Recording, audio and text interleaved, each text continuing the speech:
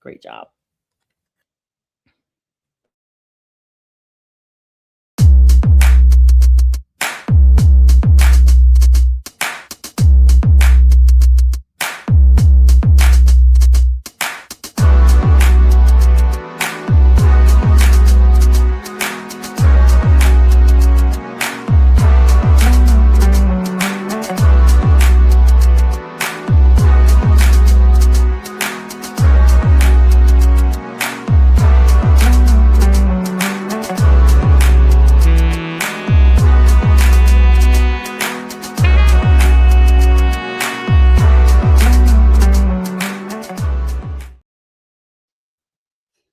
What's up, everybody? Happy Friday. You know who we are. You know who we be. It's the legal score, formerly Prim and Proper Sports. This is Friday with the fellas, and I am not a fella. I am Sonia, and I am joined up top by James J. Train Martin. What up, though?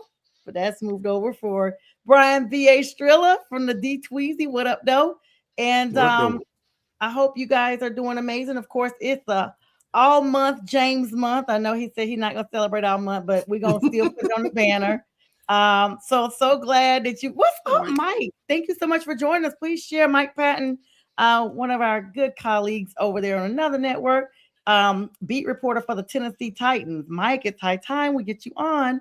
But anyway, all right, guys. So we have just a shred of NFL news tonight and a lot of college basketball. But right about now, I want to give some shout outs, of course, to Pink Fan Fur, always the promos behind, and Brian B.A. Striller, who does all of our music productions and clips and all the good stuff. And thank you to all of you all who are the new viewers on YouTube, The Legal Score. I am live here 9 p.m. on Friday nights, 9 p.m. on Wednesday nights, and Saturdays at 4 p.m. Eastern Standard Time. Going to have some special guests coming up, 4 o'clock channel. The 4 o'clock time, on Saturday is a little different because we're all sports oriented on Wednesdays and Friday nights. Saturday is more like what I said, the legal score. It's basically where sports meets legal events, current events, and it's an opportunity for you all to be engaged. Of course, another news show, yes, is Brian and James have their BW movie review. Guys, we cannot thank you enough for your support for that new show. They review old and new movies. And the first episode, 7,500 views. And we have you to thank for that. And congratulations to both of you gentlemen for taking that spin there. Very interesting. I had an opportunity to watch it since I wasn't in class this week. And it was extremely fun. Definitely fun. Yes, Mike. Mike. You go on and get all the info on that. But let's start out with our news here. We can do accolades all day. And of course, at the halfway mark, we'll have a special thank you for my niece Pearson, who was crowned Miss Jabberwock 2026 for the High Point chapter of Delta Sigma Theta Sorority Incorporated in North Carolina.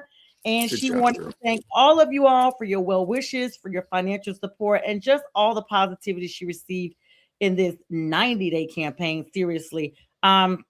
So congratulations to her. You guys, it's the first thing starting off the rip. Looks like the 49ers are not going to engage with Trent Williams after all. And, you know, this is one of those things we talk about. We saw it with Max Crosby, even though there was an issue with him. We'll talk about him in just a second.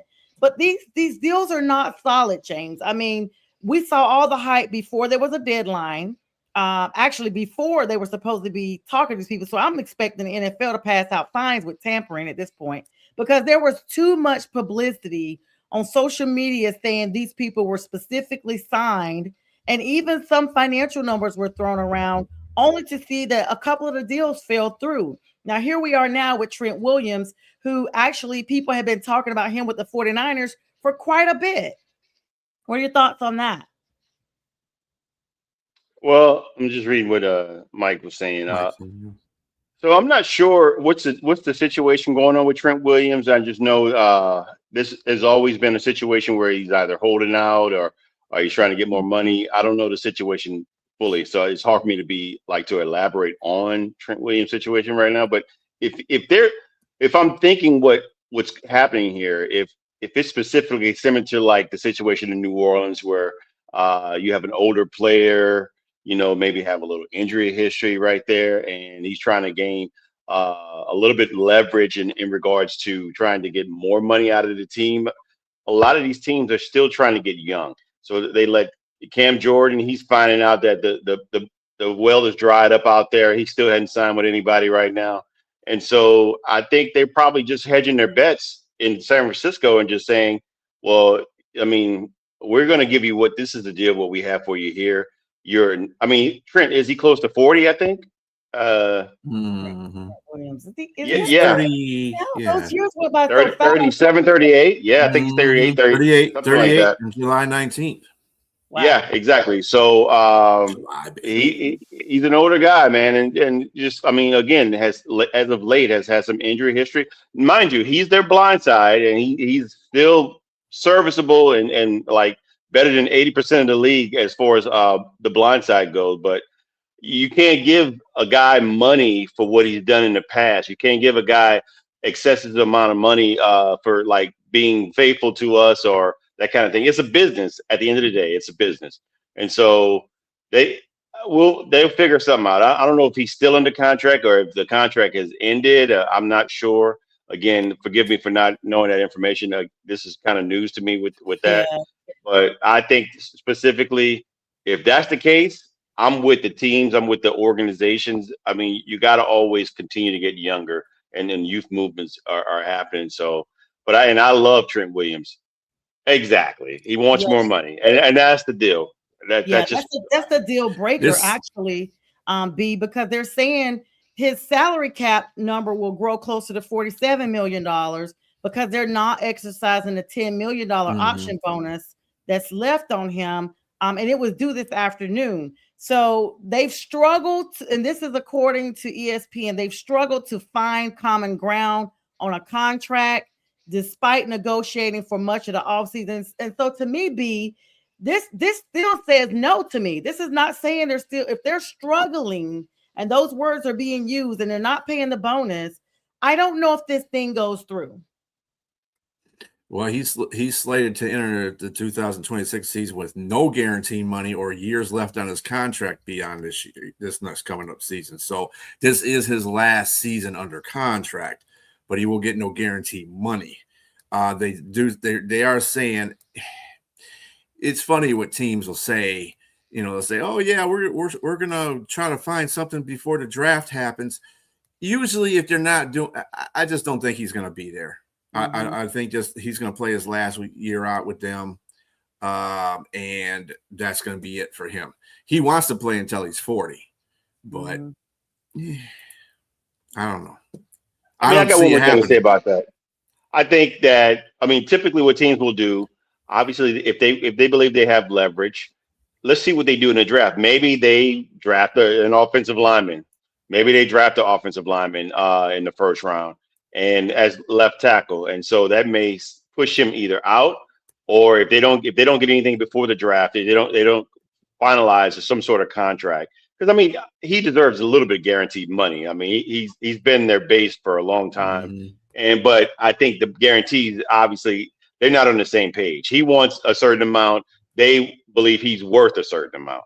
And so I think with that said, if this is no deals done before, then they may draft an offensive lineman in the first round. Even though you look at the what's in the first round, there's not much there in regards to tackle. So and they're going to be closer towards the tail end. If they have a first round draft capital, they're going to be closer towards the tail end of the first round, and they won't be able to get the cream of the crop, which will be probably more so in the top 15 or top 10.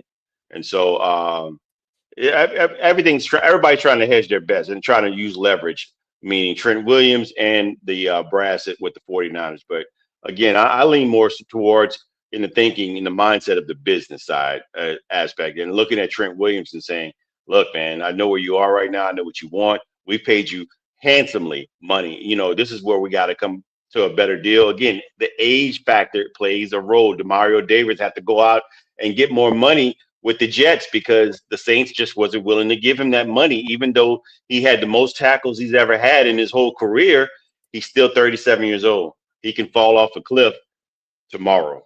So it's just how the game goes. I mean, I'm interested. You brought up someone that I was going to pivot to, James. Cam Jordan, New Orleans Saint. Um, 15 seasons in the NFL. I don't remember him being with any other team, but with hey Liz, but with the Saints. However, you mentioned him being a possibility of being moved around, and none other landing spot the Kansas City Chiefs. Possible destination for him. We saw they got Kenneth Walker III. I mean, the Chiefs are like, look, y'all have counted us out long enough. We're coming back with or without Mahomes, with or without Kelsey. We're coming back and we are striking. And so, of course, Cam Jordan, 15-year vet, spent last season with the Saints as well. 10 and a half sacks, 15 quarterback hits, which is extremely impressive, 2 forced fumbles, and 1 fumble recovery. Amazing. He revealed that he was actually pitching the idea, the Chiefs spokesperson, Jones, that is, of Jordan actually being with them because he's a free agent now, James. He's a free agent, and they've talked about this a lot. Thank you, Liz.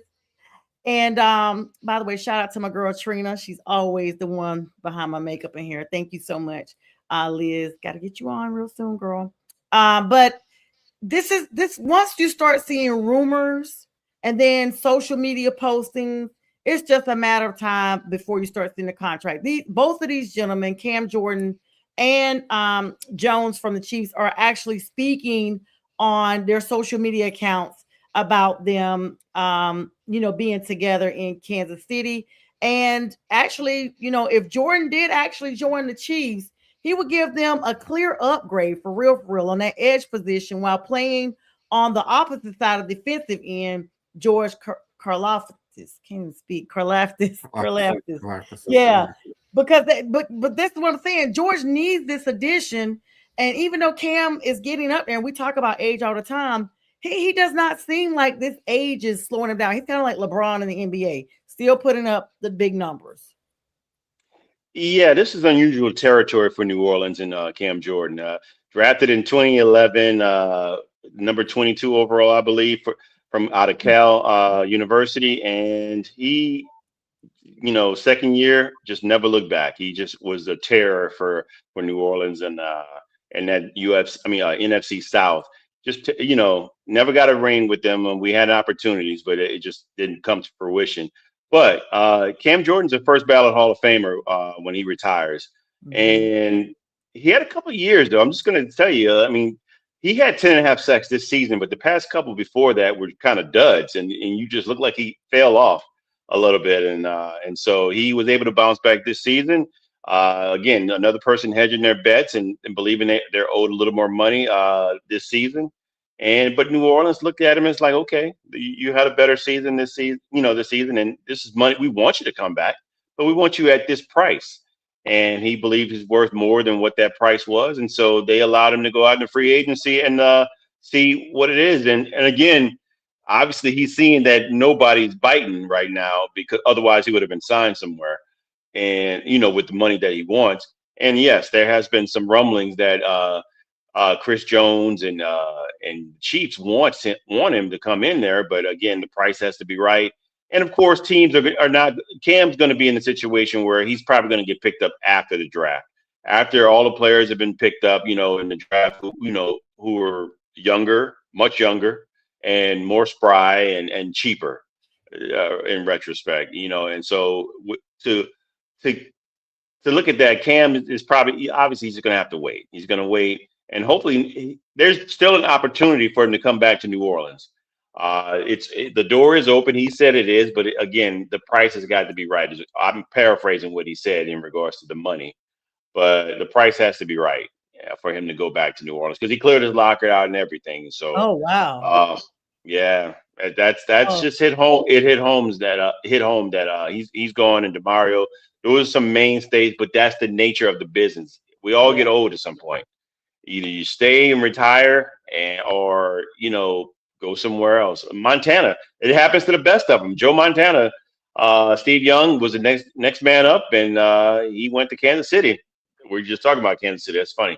But yeah, I hope he does come back. I hate to see him in another uniform again. Just that guy has always number 94 in black and gold has always been there. I'd like to see him stay there and retire, not to have to come back after with his tail between his legs.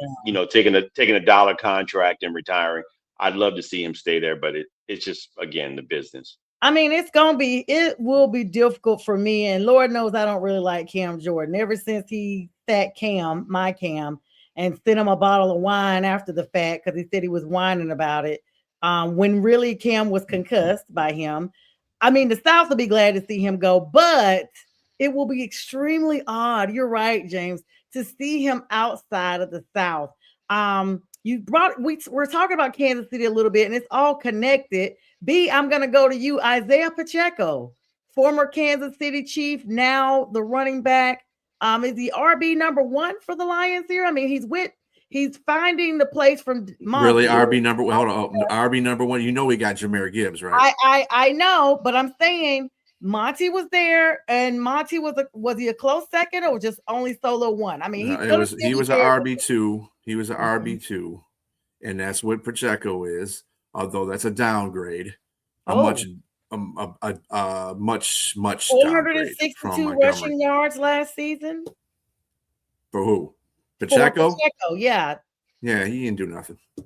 Okay. You guys also got Cade Mays. You got Cade Mays, the former Panther. You're welcome. You're welcome. What's up, Yoli? Listen, Yoli, please check your personal message on Facebook. I sent you a message yesterday. It's from my personal page, Sonia Rochelle. I do need you to drop your number in there. It's very important. I have an old phone number for you that is not you. Somebody texted back said it wasn't you. So I need to connect with you, sis. Cade Mays, 94.3% pass block, ranked number 20 among centers last season. So, I mean, that's going to be great for him in front of the quarterback. You guys is Mr. Golf up there. And then y'all signed Teddy, what y'all call him? 2 hands, 2 gloves, 2 fists, whatever it is. 2 hands, 2 gloves, Bridgewater. Yeah. He just won't go home. He's the backup that you just don't know if he's rotating in or out of the league at any given time. Well, I mean, as hard as those jobs are, I mean, I wouldn't turn down $8, $9, $10 million a year. Yeah, to sit on the bench. And he's definitely an upgrade over Kyle Allen. Come on now. He signed with the Bills on Tuesday. Kyle Allen is now with Josh Allen. Good luck with that, Buffalo. The Allens, anyway. I love it. They got 2 Allen quarterbacks. They also, the Lions upgraded a little bit at the center position with Cade. I thought that was good, and then an upgrade with the quarterback situation. Everything else that they did this offseason was a downgrade. And I don't care what Lions fan you talk to who's got the Honolulu blue glasses on in front of them talking about, oh, yeah, these are great because you know what? I'm getting sick of cheap signings. I'm getting sick of not impact. See, I wanted Cam Jordan. Cam Jordan has history with Dan Campbell. Okay, so I mean, if anybody would sign him, I would think the Lions would sign him because they need somebody opposite of Aiden Hutchinson. You know, just for a year, even if it's a year or 2, they can have him on that side while they groom a defensive end behind him, an edge rusher behind him. No, they keep getting these $2 dudes, and they're like getting people with the injuries. $2. I'm glad you said it because I was gonna say it, but I that's why I was like, anyway. And I'm like, okay, whatever. I just, it's amazing at how in every media, sports media outlet for the free agency gave the Lions a C for their free agency, which I would have gave them. And everybody these Lion fans, I hate to keep hyping on this because it's just irritating as F. Okay. They keep saying, oh yeah, we depend on Brad. Brad is the guy and we're going to do good this year. I'm like, man, do you watch football? Are you just like looking at the Lions just like there's some kind of yes, they have done well over the last 3 or 4 years. Yes, I'll give you credit for that. Yeah, they didn't make the playoffs last year, but every team goes through a situation where they don't want to play the players that they have on there, and sometimes you got to take a step back. I understand that, but everybody's trying to make it like, oh, they're going to be in contention for the playoffs and be in a Super Bowl. Yeah, okay. I don't see it. I don't see it. Like I said, I think Chicago is probably the best team in our division. Yeah, I was about to say they've been talking about your nemesis in the North there. Yeah, but they ain't. But what you said the other night, they're not even Las Vegas. Now I know things change, but Las Vegas doesn't even have them in the top 10 for the Super Bowl. Does it have? They got them. Chicago. Chicago, yeah, Chicago's not one of the top teams. It's it's Los Angeles, Seattle. They ain't got Kansas City up there. Whole freaking West. Kansas City ain't got no defense any other direction out there? What's that? Is there any teams other than the West? Like this just seems like a whole. San Francisco's even up there. San Francisco signing, the whole the West, and the Cardinals even got a little bit better. I'm not saying they're better than the other three, but they even got a little bit better. So that whole division is starting to shift to be one of the best divisions in football. So all them teams, except for the Cardinals, all them teams are up in the top 10 for Super Bowl bets. So that tells you a lot. That is crazy. Okay, well, as we get ready to shift on over to the rest of our show here, we're doing all college now because this is March Madness. I'm excited to get a notification from CBS Sports that I picked 18 out of my 22 picks correctly. I should not have banked on Carolina edging out VCU, blowing a 19-point lead. Tar Heels, come back home. Congratulations. Welcome back to the bench. Watch Duke go all the way. 19-point lead. Coach is speechless afterwards. Literally, they get him up there. 19-point lead. The only other team I know that knows how to blow leads like that is an NFL team, and James and I reside in that city, and they know who they are. They are known for blowing leads, and I guess they have set the precedent in the legal terms. They have set the precedent for blowing leads. Got some scores we're going to talk about tonight. Northern Iowa versus St. John's. That game is going on right now. Big blow up. St. John's a whole 20 points ahead. Second half here, 5 minutes left to go. UCF, UCLA. That game is winding down. It's a 9-point game. UCLA in the lead. Queens versus Purdue is not even a game. Purdue 92, Queens 58. Queens will be uncrowned tonight. Last 5 minutes of that game. Prairie View versus the Gators. That game will be coming up here shortly in the next 2 minutes. Don't y'all hop over there. I don't even want to tell y'all where it's going to be because we need you to stay over here with us for 30 minutes and then you can go watch them. Final game in overtime. The Wildcats go wild, almost getting eliminated by Santa Clara. 89-84. Wildcats continue on in final overtime. And Tennessee puts the shellacking on Miami, Ohio. 78-56. Miami, Ohio is at home. Tennessee goes forward. What did you say, B? I saw that coming. I mean, they did a good job getting to where they got to. And kind of me and Keith agreed on that whole situation where they might get in, but they're probably going to get blown out in the first round. So it is what it is. Congratulations for them for getting into the tournament, though. And right now we got a close game, MSU versus CSU, 6-point differential.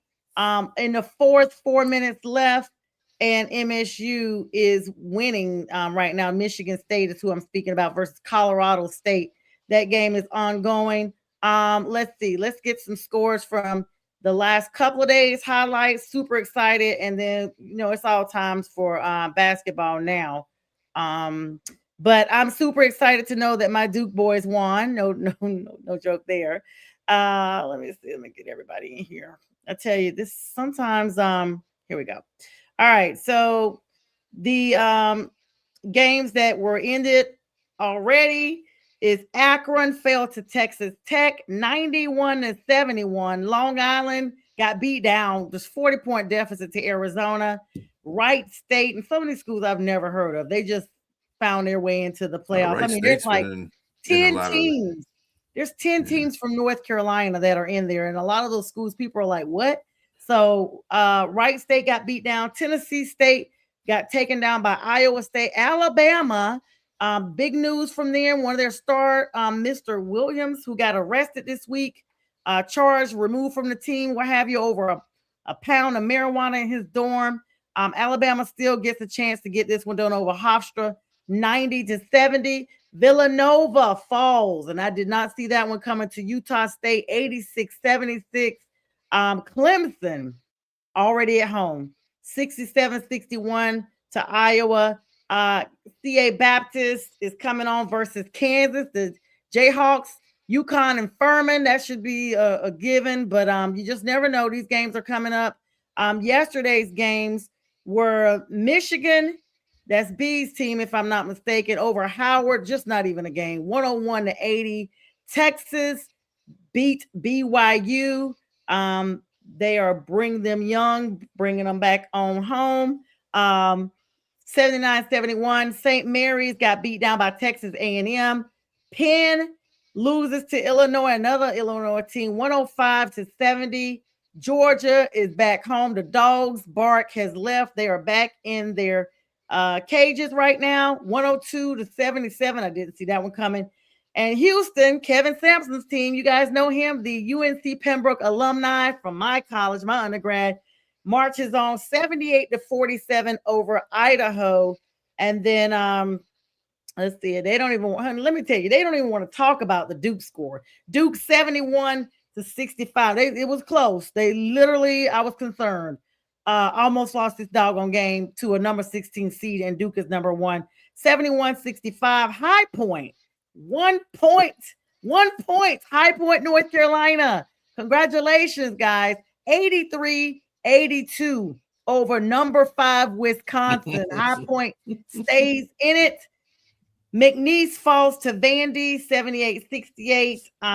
And Troy just beat down real bad by Nebraska, 76-47. TCU took care of the not Ohio State. They're home already, just like they always are.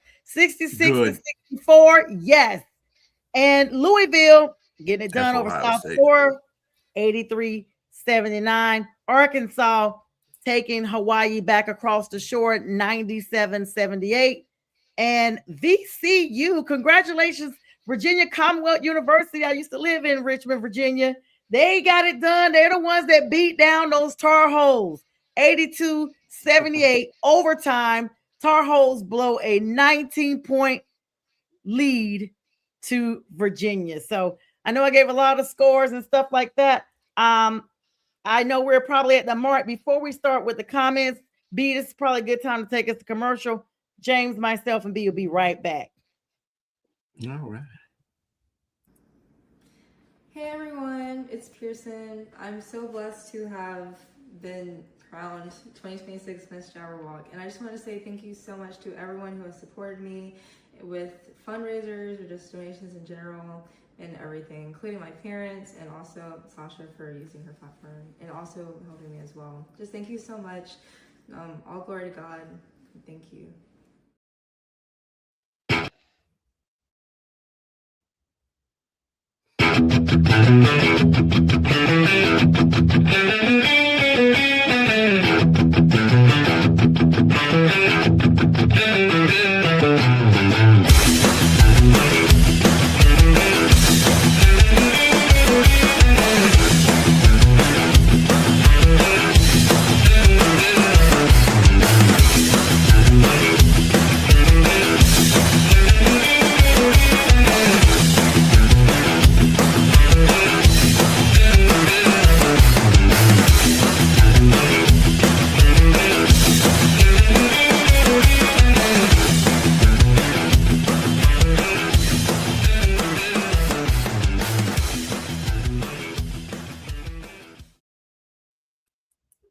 And we are back with the second half. Thank you so much, B, extraordinary producer, giving us our credits. And again, congratulations to Pearson, my niece. You are the real MVP. And thank you for your support, James and B. As y'all heard me talk about this for the last 12 weeks, I'm glad it's over. And congratulations to her. All right, guys. I ran through a lot of scores. I know y'all are both doing the brackets. Was there anybody, and y'all can chime in as needed. I'm gonna pull up a picture of my bracket while I'm at it. Were there any of those teams, because that's why they call it brackets, because your bracket can get busted early on. And if you pick the wrong team, like one year I picked Duke and they got eliminated first round and my whole bracket was done. Like I was done. Because I had them picked to win it all. I never bet against Duke. What were your thoughts on these games, guys? I mean, the one particular one that stands out is North Carolina.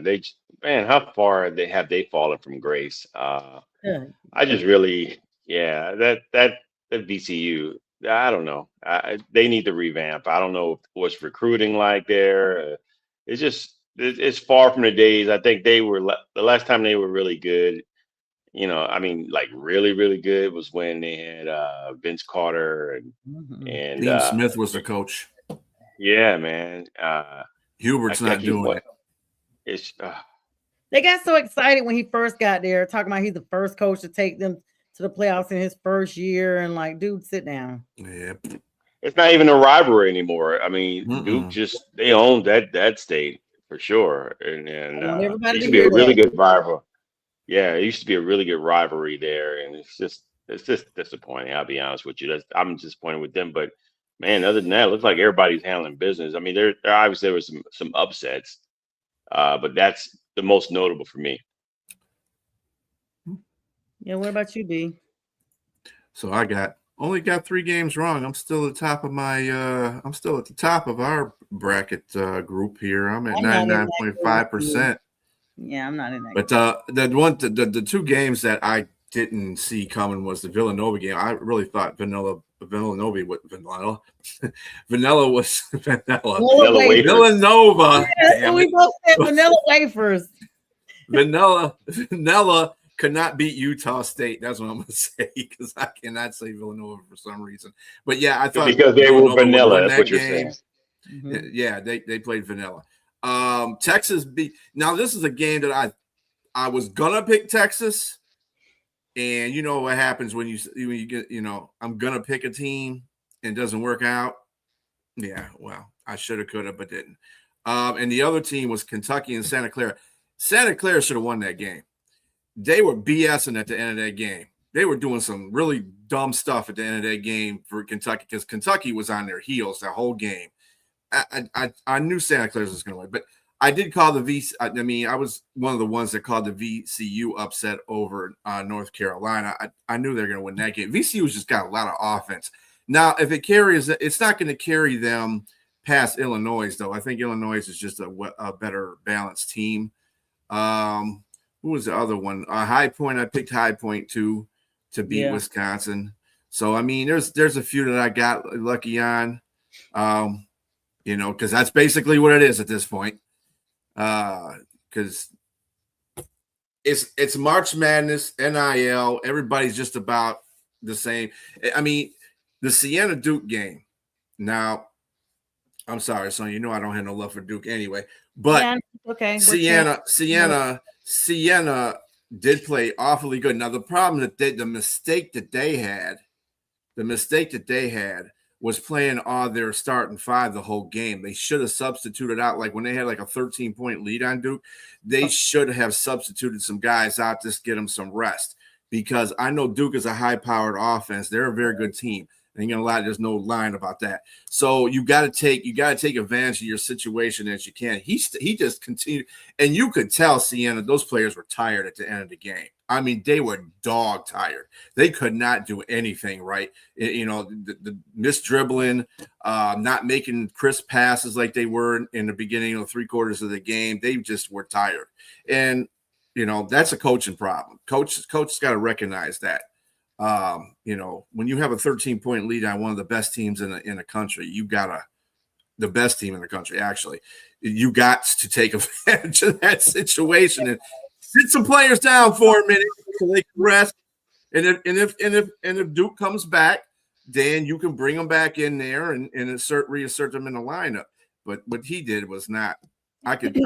It was as soon as they showed the stat that they were playing the whole game. I said, well, they ain't gonna win this game because Duke is just gonna outlast them. They're playing the bench players too. Bench players are good, but I don't know if it's for Duke. On the flip side of that, people say, well, that might have woke them up because they got the toughest bracket. And there's not going to be no team like Siena on there. There's going to be teams that are going to have bench players. So they better shape up quick, because if they don't, they're going to be finding themselves out, because St. John's ain't no joke. Kansas ain't no joke. They got a whole bunch of teams in that bracket that ain't no joke. So, and you can see one of the teams right now in St. John's are just destroying the team they're playing. So we literally have to every year when I first became a Duke fan back in the late 80s, those were the same teams we were facing then too. Villanova, Kansas, Gonzaga. That year ago, I was like, who? Gonzaga? Who? Gonzaga? I never had heard of this team, and they beat my boys, and I never forgot them. So it's always the same, kind of like how we are with college football. We see Georgia, LSU, we see all the big SEC folks, and you just see them for so long, you forget that we got hundreds of other teams out there that anybody is fair game for them to make the playoffs. I mean, James, what do you think? I mean, it's still early, but folks is getting dropped like flies off the rip. And it's like, this is the win. You have to win to stay in from this point. There is no series. This is it. I don't know. I think I'm with Keith in regards to how the brackets have been set up and how teams that are not even in certain, certain hemispheres of the United States, they end up being displaced and put in tougher, more difficult situations than they would have, with some familiarity in their particular, like the South. Florida's in the South, and Houston's in the South, and that's going to be But last year, Florida and Houston played in the final game. Excuse me. Excuse me. Sorry. But now somebody's got to come out of the South between those two. And I think those two are going to end up meeting up. I'll be honest with you. I think Duke and who else?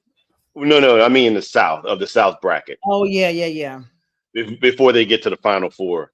So, and then of course Michigan and excuse me, not Gonzaga, but Michigan and Arizona, and in the West.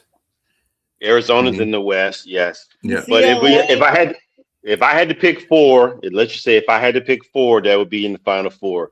I'm gonna have to go with B on this one, Sonia. I don't know if Duke's gonna make it this far. That if they again losing that player that you had, and that might have been a tough one, yeah. Or two players, excuse me. Yeah, the center. And then Michigan State, UConn, and like you said, St. John's. This is a very tough bracket. And then just by the time you get to the Final Four, you might be looking at Arizona, you may be looking at Gonzaga, or Purdue. It's gonna be a tough series here. I mean, Duke has an opportunity. I mean, they're number one the whole season. So I'm not counting them out. But it's just, again, those injuries were unfortunate for them. Yeah, and then you got their big man Patrick Ngoba the second. They're trying to hope he can play against TCU in the tournament here. He's got some soreness in his right foot, so hopefully they can get that together. But he's missed 5 straight games, y'all, for the tournament's number one. Like he's not been playing for a minute, and they've been still getting it done, especially with that rivalry game against the regular season against Carolina. 3 games in the Atlantic Coast Conference as well, tournament, and Thursday's first round March Madness win over Siena. And we literally almost were the only third number 1 seed that would have lost to a 16 seed. Like we were so close, we would have broke that record. I'm so glad we got through that. But this dude is 6'11", 250-pound sophomore. He's been practicing before making a decision. It's a game time decision. Looks like he's still wearing a protective boot today, y'all, and using a knee scooter. That doesn't look good. I was on a knee scooter. I didn't know the foot soreness was to that degree that you're using a knee scooter. It's like they're trying to give him total rest. And then tomorrow is the day. Like tomorrow is Saturday. So when they're asking, if he's actually going to be able to play, they're just saying basically he just needs to be on the floor and move the way he needs to be successful. And basically, um, he's trying to hype himself up, but we just don't know. And this is just one of those things that Duke, like you're saying, is just starting to get plagued with injuries. Well, so I got one thing to say about that. This is where your lottery player or presumed lottery player has to step up. I mean, Yep. in Cameron Boozer, Oh you yeah. gotta take over. He's got to Yep. take over. This is where One of the you're the Boozer player brothers. that has got everything. Your name's out there. You got a legacy name out there. You have to step up. You have to show that okay, I can take a team regardless of the injuries. I can place a team on my back. And can he be that player? Time will tell. We got a Well, whole I'll tell you tournament. something though. The one thing I did see in this Duke Siena game is that both the Boozer brothers that played out there, his brother, what's his name? Sonia, his I Cameron's don't know. I brother, just know Boozer brothers. Sonia. But but he was fire out there. He was the one that held them Caden together in that Boozer. whole. Yes, that dude is awesome. He played a very good role in that, and if he can keep that up, Duke will have a lot better chance to get through to all these brackets because that's what they need. They need somebody to step up in the wake of their center being out and Caleb being out. Somebody's got to step up and place them. And he did a very good job in stepping up in that game. I think he was the leading point getter in that He was. in the And Duke game. they normally relied heavily on his brother Cameron. So that's a big thing for Caden to be stepping up. Mm-hmm. Yeah. And then they're playing TCU next. I don't imagine they're going to have too much trouble with TCU, although TCU is a very good offensive team, but they barely scratched by Ohio State. And I thought I knew they're going to beat Ohio State, but I thought they're going to trash Ohio State, to tell you the truth, because they're just a very good offense. But if Duke can, I'm pretty sure Duke can get past them. So it's just anybody after TCU they really got to worry about. I think that the brothers, if they're playing like they're playing, against Siena, and somebody else steps up a little bit, they should be fine, for the next round. Yeah, and the guard that was also injured was Caleb Foster. They're saying him Foster, and Patrick are both in boots and knee scooters. I'm like, Caleb is out for the rest of the tournament, so he's not even going to be playing. So it's going to be banking on, if Pat can come into play. But I really believe what you're saying, though, B. It's going to be left up to the Boozer brothers. So get all your liquors and beers ready because it's Boozer time tomorrow. And so, yeah, that is but one of my favorite college names, though. Boozers. Yeah, I mean, can you imagine that going up? Hey, brother, what's going on? Yes, that's my brother. What's up, Marcus? Hey, I forgot he does support. Him, myself, and one other sibling, Kelly, are the only ones that our siblingship is split. 3 of the siblings love Carolina, and trust me, I can't even get a response from them when I started texting them screenshots. They blew that 19-point lead. But by the way, Anissa Jones, Pearson's mom, right as we were showing the commercial, she was sending me messages on Facebook, which means you see my text, ma'am, about Carolina. You just want to forget about it and go over to Facebook, but it's all good in the hood. Of course, right now we got the last 50-some seconds with the UCLA game. It's 7 points, and it looks like UCLA is going to pull this one off with less than a minute to go. Prairie View is tossing off here. You can't really say kicking off. Tossing off here right now against Florida. And, the women's basketball have been doing their things too. And I don't really talk too much about them, but North Carolina State, yay, go Wolfpack. That's my other team. They are wrapping up their game right now against Tennessee, number 7, number 10 seed. It is a 9-point game, and they have 9 minutes, so anything can happen. Villanova and Texas Tech are tied at the half, and Colorado State and Michigan State. Michigan State has that lead there, with the women's game. Villanova, like I told you guys, are tied. Ohio State is playing tomorrow. They're still in it for their ladies, and so is UGA. Their ladies are still in it tomorrow as well against Virginia. Now, some teams that have already been tossed out. Well, let me go all the way back. Congratulations to the LSU Lady Tigers, 116 over Jacksonville 58. I mean, that was not even a game.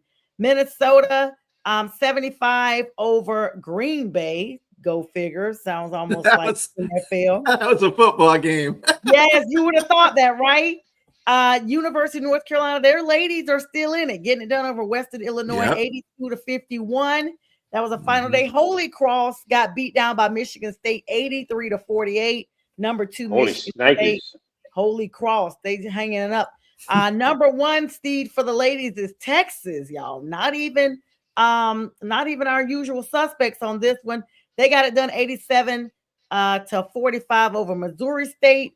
And Gonzaga, I knew they were there somewhere. We don't see them in the guys, but their ladies got eliminated earlier today, 81 to 66 by Ole Miss. And Maryland, their ladies put up a 99-point beat down on Murray State, who had 67. Washington 72, South Dakota State 54. Nebraska, their ladies were eliminated by Baylor. Shout out to Rika Patterson. She is someone I grew up with, and last I heard, she was the head coach at Baylor. I need to check and see if she still is or not. But anyway, Oregon, the Ducks quacked right on over Virginia Tech, 70 to 60. And TCU on the women's side, they got it done 86 to 40 over UC San Diego. And the Duke girls getting it done as well. So the ladies and gents from Duke, we represent double time, 81-64 over number 14 seed Charleston. By the way, Duke ladies are number 3 in rankings.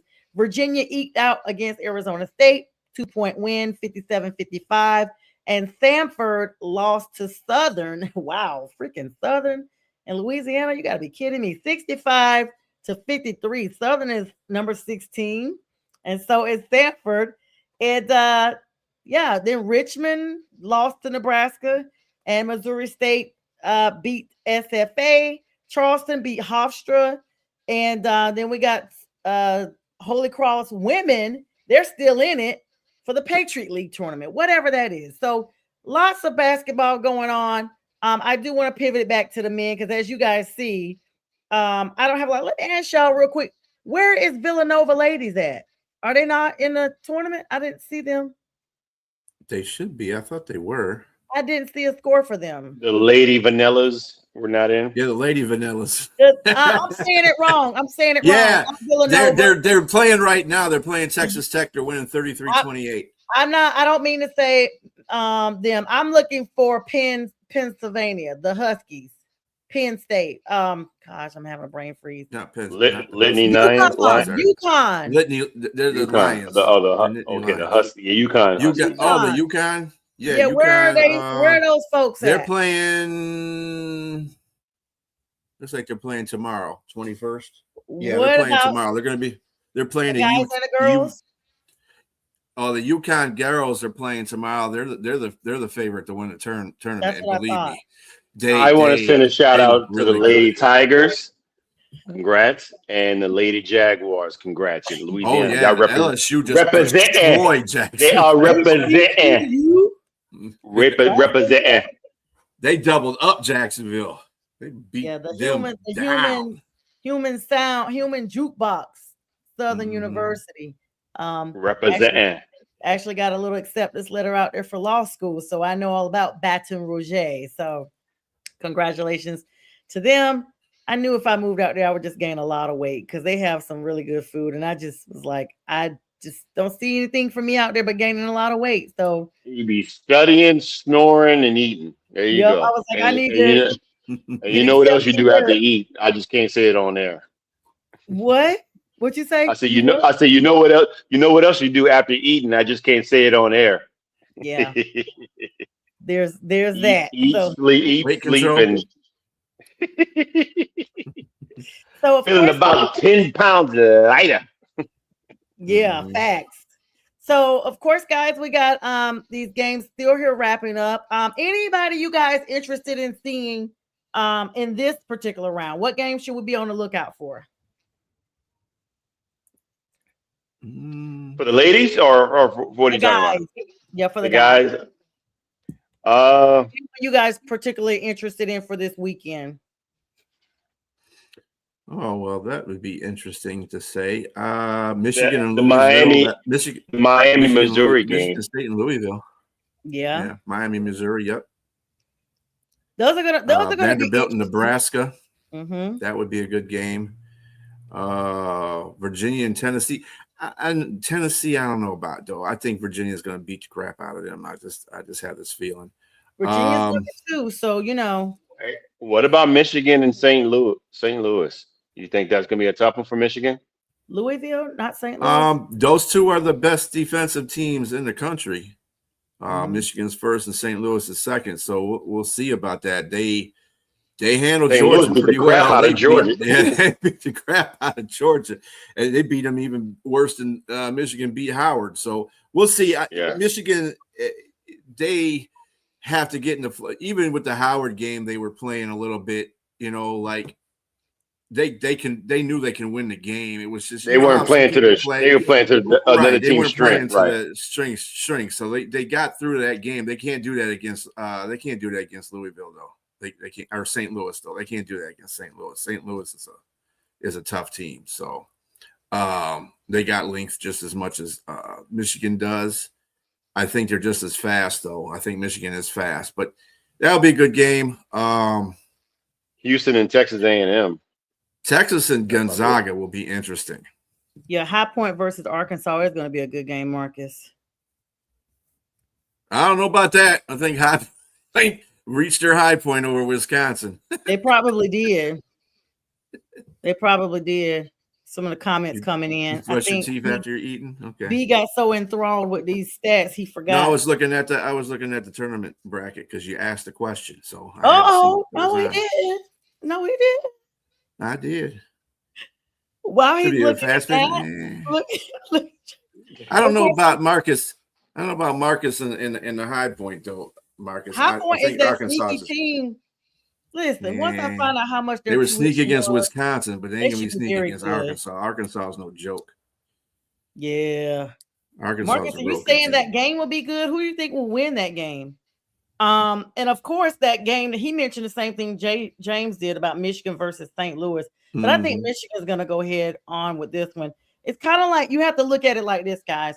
If teams come in here ranked at the top of their conferences, it's not always because they were that good. It could have been that their conferences, the teams that they played, were not that good. And so they may be facing their first real challenges now that we are in March Madness. And because the strength of their schedule has intensified against their favor, basically. So that's another thing. You can't always look at, okay, this team is number 1 or number 3, and this number 16 team can't come in there and knock them off, because that number 16 team may have scuffled through their entire conference and some kind of way just made it in, but they've played some really tough opponents along the way. Yeah, Michigan's out of the Big Ten. And there's 9 Big Ten teams in the less than that now, thanks to Ohio State losing. I'm so glad. Fern ain't gonna never come back on here. He ain't gonna never come back on. Vanderbilt is another interesting team too. They seem to be like the Cinderella team of the tournament. So if they beat Nebraska, it's going to be really interesting to see how far they go as well. Yeah, because they have a potential to play Florida, who they beat the crap out of in a conference final. So in a championship game. So and they're 1-1 apiece. So this will be their third go at it. I agree. With what Marcus said. Let's run over to the NBA. B, unless you had something else you wanted to say on that, or James, you guys. All right, some scores from last night going into today. The Hornets, my Hornets are just stinging everybody, y'all. They stinging everybody. 130 to 111. They took the sizzle out of the Magic. That's the second Florida team they've beaten in a row. They took care of the Heat. It threw some water on them the other day. Now they've taken the wands away from the Magic. There's no Magic left in Orlando. The Pistons, arguably the number 1 team in the East right now, 117 over the Wizards. I mean, another magician that's out of a wand. Magic and Wizards need to team up. Okay, 117-95. Lakers put just a little bit of raindrops on top of the Heat for them to get another loss. 134-126. Cavs 115 over the Bulls. 110. Clippers got themselves clipped by the Pelicans. Zion Williamson, listen, he must have just needed some Duke love because once he got Cooper Flag out there, was it Cooper that's on that team? Is it Cooper For from the Duke? Mavericks. Oh yeah, he played for Duke. Yeah. Yeah. No, it's not. Cooper is with the Mavs. It's that other guy that they all went to school. Like, I'm having a brain freeze. Knipper, No, whatever. Canupa was with the Hornets. Okay. So, but anyway, this guy Zion had a standout day. I talked about it on my Wednesday show because all he needed was another player from his alma mater. So anyway, Pelicans got it done over the Clippers 105-99. The Suns lost a heartbreaker to the Spurs by 1 point, 101-100. Bucks got bucked themselves by the Jazz. They turned the music up on a 128-96. And the Kings were uncrowned. I mean, the 76ers, 139-118. That was not even joking. Tonight's games that are ongoing with about 1 minute left in the fourth quarter. Knicks may win this one against the Nets. It's a New York matchup. Brooklyn versus New York, 90-87. Warriors look like they may lose this one with 26 seconds to the Pistons, 115-101. What is going on? Steph Curry. Steph, his dad, and his brother were at a Hornets game where they were honoring them. I don't know. Maybe they need Steph to show up at these Warrior games. Can I break in here real quick? There's one important thing that you did not mention about this whole situation. I ain't gotten there yet. About Cade Cunningham. Go ahead. Yeah, he's going to be out for a couple of weeks because he has a collapsed lung. And that's going to be detrimental. But I'm going to tell you something. So painful. Pistons have already played 2 games without him. And they pretty much beat the crap out of both the teams they played. So I'm not saying Cade ain't a good part of the team. When he's there, he does add all kinds of stuff to that team.